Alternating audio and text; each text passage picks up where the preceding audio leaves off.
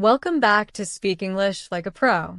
I'm so incredibly happy you're here with me today because we're about to talk about a feeling that I know deep down resonates with so many of you. It's that moment when you realize you're stuck. You've gone past the absolute basics. You can have a simple conversation, you can understand a lot, but you're just not progressing anymore. You're using the same handful of words, the same basic sentence structures, and you feel like you've hit a plateau, a kind of invisible wall that's keeping you from truly speaking English like a pro. That feeling of being stagnant, of having so much more you want to say, but not having the linguistic tools to say it, can be incredibly frustrating. It's a very common place to be, and I want you to know that you are not alone in this feeling, and more importantly, it is a completely solvable problem. I remember my own journey, reaching that exact point.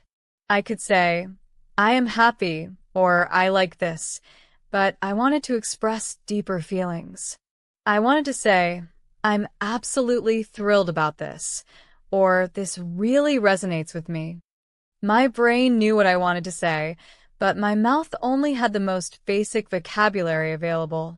It felt like I was painting with only two colors when there was a whole world of shades and hues to choose from. This isn't a problem of laziness or a lack of intelligence.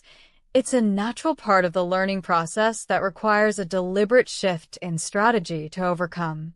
We have to move from being students of English to becoming users and creators of English. So, how do we begin to push past that beginner plateau and start speaking with the richness and confidence of a pro? The first and most important secret is to stop just collecting words and start actively upgrading them. For so long, we've focused on simply adding new words, which is a great start. But to move past basic English, you have to consciously start replacing your most common, overused words with more specific and impactful alternatives.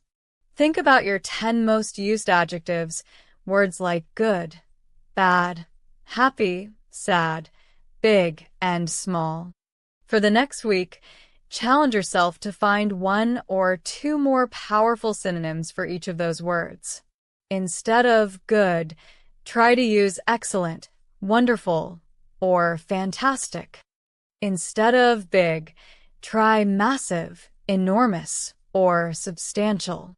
The key is not to just look them up in a dictionary, but to actively try to use them in your own sentences, even if it's just in your own thoughts or in your self-talk. This intentional process forces your brain to make new neural connections, moving you away from your old habits and into a more sophisticated way of speaking. Building on that, the next crucial step is to move from individual words to mastering phrases and collocations. Fluent speakers don't painstakingly assemble sentences word by word. They use ready-made chunks of language. Instead of just learning the word decision, learn the phrase make a decision or reach a decision. Instead of just learning rain, learn it's pouring outside or it's raining heavily.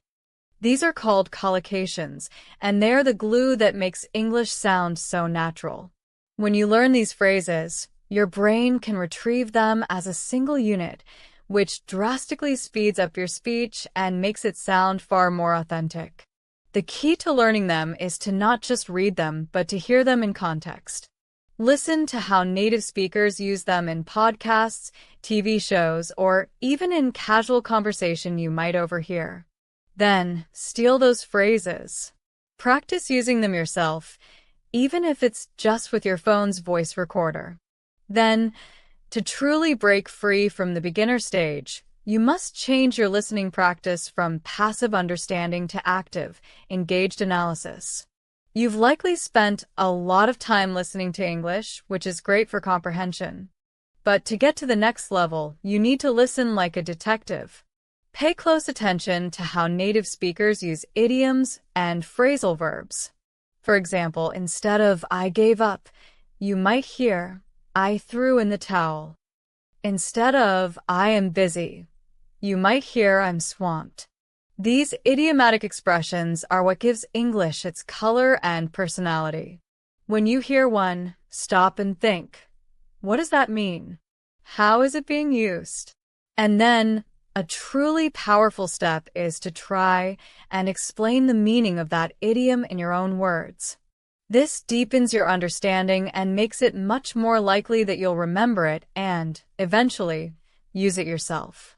This practice of listening for and analyzing these expressions is the secret to sounding like you truly know the language. Another vital shift in strategy is to be brave about putting your new skills to use in low-stakes environments. The fear of sounding basic often keeps us stuck in a loop of using only the words we are absolutely comfortable with. To break out, you have to push yourself just a little bit. Start by consciously trying to use just one new word or phrase in a conversation each day. Maybe in a simple chat with a colleague or a friend. It might feel a little awkward, and that's perfectly normal. That's a sign of growth. Embrace that feeling. The more you use these new words and phrases, the more comfortable they will feel, and the more they will become a natural part of your speaking. The key is to start small and be consistent. Don't wait for the perfect moment to use your new language. Create the opportunities yourself. And finally, to avoid being stuck on basic English, you must actively seek out and consume more challenging and varied content. If you're comfortable watching a certain type of show, try watching a documentary or a news program on a topic you find interesting. If you've been listening to simple podcasts, try one with a more complex topic or a faster speaking pace. Expose yourself to different accents and different styles of speaking.